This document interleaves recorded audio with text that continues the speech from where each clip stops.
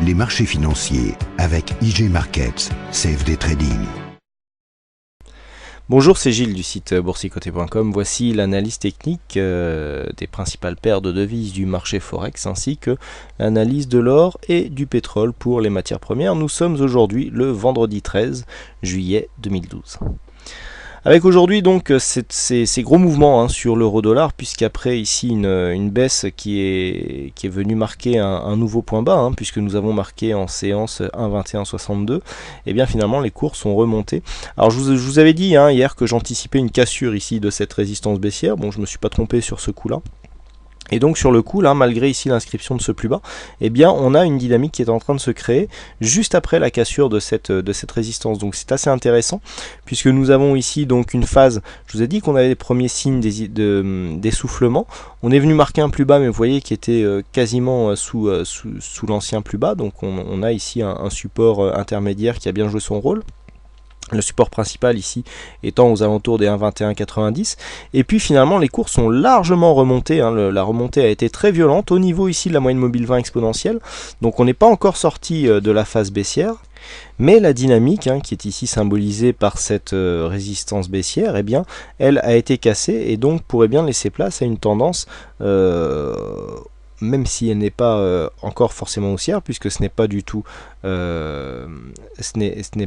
validé pour l'instant, eh bien pourrait en tout cas avoir un peu moins de dynamique. Donc ici, sortie de cette phase, on préserve ici la zone des 1,2190 après de multiples attaques, et donc l'objectif devient ici les 1,2288 qui est donc une zone de résistance majeure sur cet euro-dollar.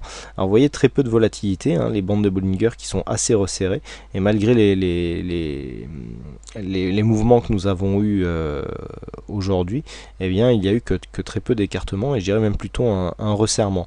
Donc il faudrait absolument ici valider la cassure de cette moyenne mobile 20 exponentielle. Alors je vous rappelle que ce n'est plus un signal au point où nous en sommes, le fait d'être ici sur une phase baissière, de revenir sur la moyenne mobile 20 exponentielle, puisque la tendance a été largement consumée, et que donc nous sommes ici potentiellement sur un point de retournement. Donc on ne vient pas ici chercher un point de vente ici sur cette moyenne mobile 20 exponentielle.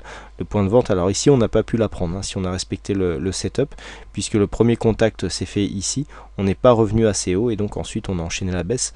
Bon, s'il y a des fois, ce sont des choses qui arrivent, ça m'arrive d'utiliser des moyennes mobiles plus courtes pour le Forex. Et c'est bien justement pour ces raisons, puisque le Forex est beaucoup plus volatile que les indices. Donc là ici on n'a pas de signal d'achat, on est potentiellement sur une phase de retournement qui serait confirmée ici en cas de contact avec les 1,2290, qui occasionnerait à coup sûr un contact avec les bandes de Bollinger. Au niveau des indicateurs, on serait plutôt ici sur une phase de rebond technique. Donc ici tout va dans le sens d'un possible retournement, donc pour confirmer ici cette sortie de tendance baissière, donc par la cassure de la résistance qui la délimitait. On continue avec le câble, donc le câble paire livre sterling contre dollar américain, qui hier, après son contact ici avec les 1,54, eh bien a marqué une phase d'hésitation, et puis les cours sont remontés. Donc les cours ont bien rebondi ici sur cette zone. On a encore une fois une phase d'exagération. Alors ça marche assez bien les phases d'exagération en ce moment sur le câble, puisqu'on voit ici cette phase qui a très peu duré, qui a provoqué un retournement. On voit cette phase aussi qui avait provoqué un retournement plutôt court terme. Ici on était venu juste effleurer la zone pour finalement revenir en consolidation. Là on n'était pas sorti, mais il s'en est fallu de peu, on était sorti sur cette bougie, c'est très peu visible ici, mais en grossissant, eh bien on voit que ça a créé un retournement.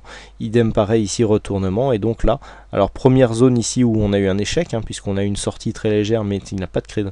Par contre sur le deuxième, le retournement a été assez efficace.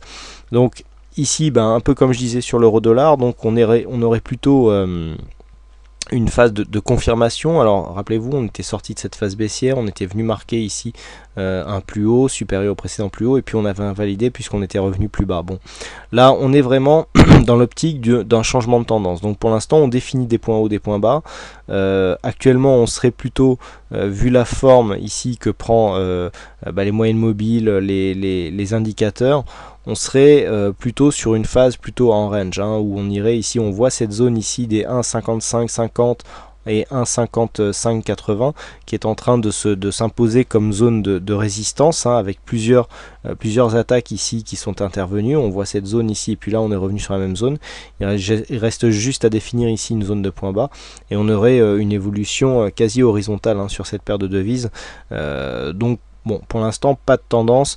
Personnellement, hormis une cassure ici des 1,5580, je ne vois pas de possibilité de jouer une continuité de mouvement, quel qu'il soit.